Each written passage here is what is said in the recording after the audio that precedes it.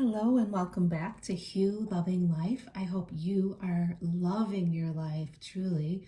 I'm Michelle. So let's see what the cards have to share with us and trigger in us anything that feels in your gut a little questionable or unsure, uncertain, or excited. That is a sign that your soul is trying to get you to look a little deeper into what is being either said here, questioned here, or read here. And that is the way to grow yourself, because there's no one who can tell you what the answers are. You have every answer you could ever desire within you. Okay? So I pulled the blue heron. I have been seeing them everywhere lately. They are beautiful, large, almost look like, dinosaur type birds. I imagine it's somewhat what a pterodactyl looked like. And it is all about self-reflection and discovering your gifts inside and facing your challenges inside too. It's about doing both, okay? So it's very much a brave skill to be self-reflective. So many people do not do that, and instead they, let's say, stuff their bodies with drugs or alcohol or food, or they consume a massive amount of television, movies, all sorts of different things that people do to avoid self-reflection. Now, looking at yourself is so important because you can dispel the filmy lens of self-importance, right? So many of us might think, oh, I'm doing great, and they just let it go. They don't actually look within. They just look at what they're creating on the outside, but eventually the outside catches up with the inside. There are others of us who have a cloudy perception of ourselves via low self-worth or self-pity even. Now, if you are too self-important, or you have low self-worth, or you have self-pity even, then you are absolutely not understanding your true potential, nor will you appreciate the opportunities that appear before you. So the heron is asking you to examine yourself with a cold eye, a detached eye, to see what it is that you want to improve and how you want to change. Okay? Are you being too critical to yourself, about yourself, or contrarily, are you choosing to blame others and constantly pointing a finger at everyone else, never claiming responsibility? So I personally believe that we are completely in charge of how things turn out, okay? So that's actually very empowering. Now you could argue, well, this person said or did that and it threw me off. Okay, you can't control anyone else, true. But you can control how you respond, right? You don't have to stay around unhealthy others or unhealthy situations. You can absolutely walk away. And that is a very healthy choice. So are you absolutely willing to take a deep dive into your own feelings and discover yourself?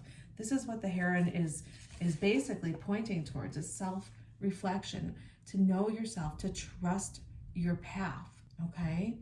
And of course, it is a bird that goes over the water, and the water also symbolizes emotions.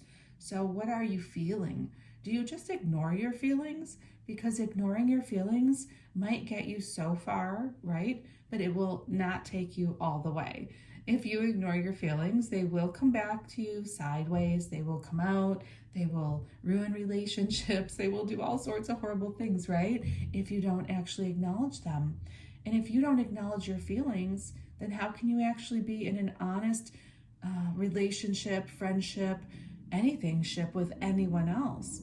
It's not really possible. You have to know yourself first. Now, on the contrary, are you reflecting too much? Are you self-obsessed? Have you been criticizing yourself too much? You don't want to do that either. It's all about balancing. And, our most valuable lessons basically come through mistakes that we've made. It's the truth. So, that's where the learning is. So don't beat yourself up.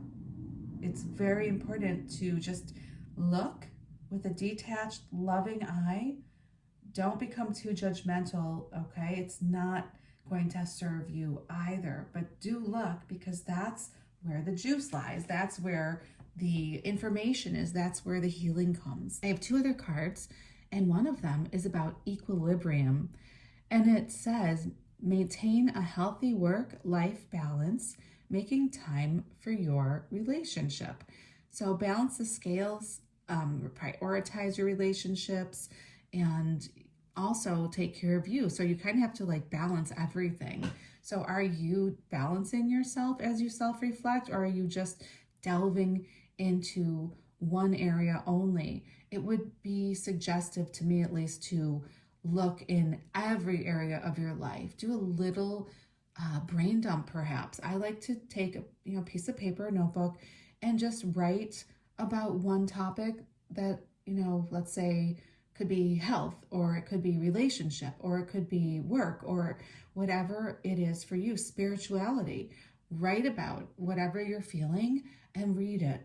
And then you'll see, oh, I didn't recognize that was coming up for me. It's important to look within and to balance when you do.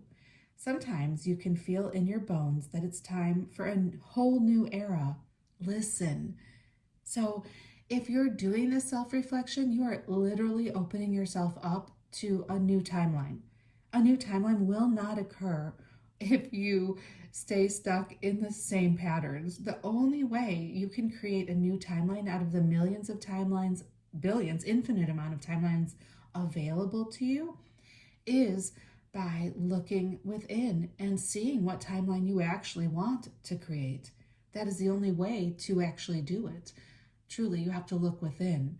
I chant the word Hu, which is a very, very ancient word for love or God, and that helps lift my vibration to a higher place.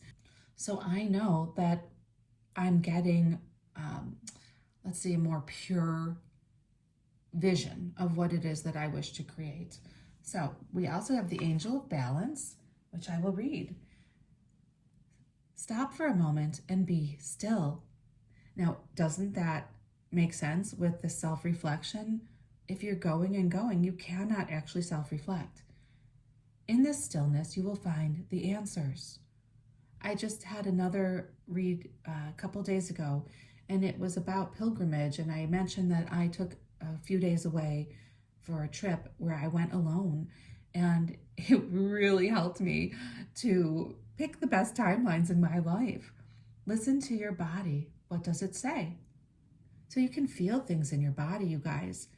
If you're around someone and you constantly feel edgy, or you just feel stifled, or you feel uncomfortable, even nauseous, or a headache, then you know that being around this person is not healthy for you. This is not an honest, healthy person. Listen to your mind. What does it say? If your mind is constantly going towards one line of thought, then you need to look at it. What is it trying to tell you? Because if you don't get the message, it will repeat. Okay, listen to your heart. What does it say? So I like to drop my attention into my heart chakra.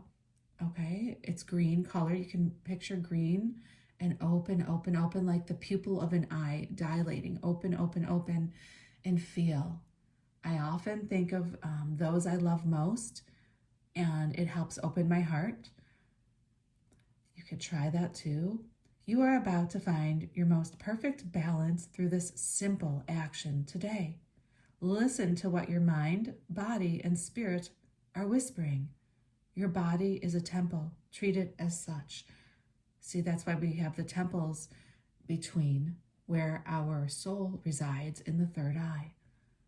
So it's again pointing to equilibrium in one card, balance in another, again balance. So looking within, self-reflection. The read for today is inviting you to know thyself. Know thyself. And I hope that these tools help. I wish you all a beautiful day. I'm going to go enjoy my birthday today.